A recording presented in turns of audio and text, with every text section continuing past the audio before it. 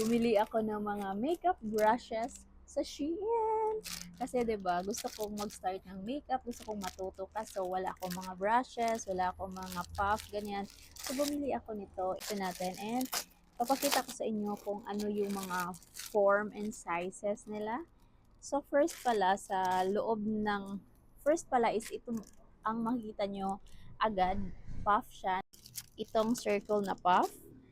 Ang cute lang nila kasi it's pink.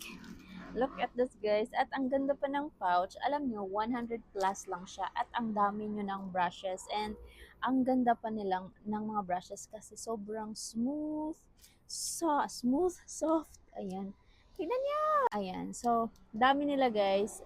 I have 2, 4, 6, 8, 10, 12, 13, 15 pieces, 13 brushes, and 2 puff ba? Blender, ganyan.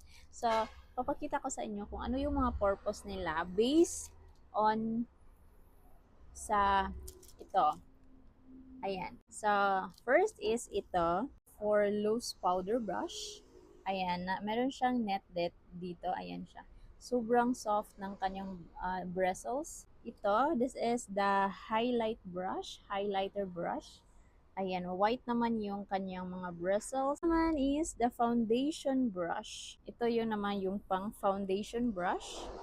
Next is the contouring brush. Ayan. Next is this one is for tanning brush. Next one is the smudged brush. This one. Next is this one is for eyeshadow. I believe this one. Yan. Next is for concealer. This one. Ganito pala pang concealer. Yan. Smudge brush. Ito. Ayan guys, this one. For lip brush is this one. Ayan, super cute. Flying silkworm brush. This one.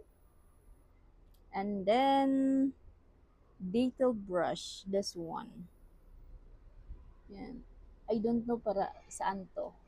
May excess siya. Kasi 2, 4, 6, 8, 10, 12, 13. Eye socket brush pala yung isa. Ayan.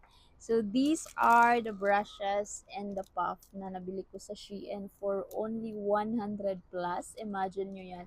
Ang dami na. So, marami na ako. Pwede na akong mag-start ng makeup. Hoy! Yan. Complete set na siya, guys. And super mura and super girly. It's pink.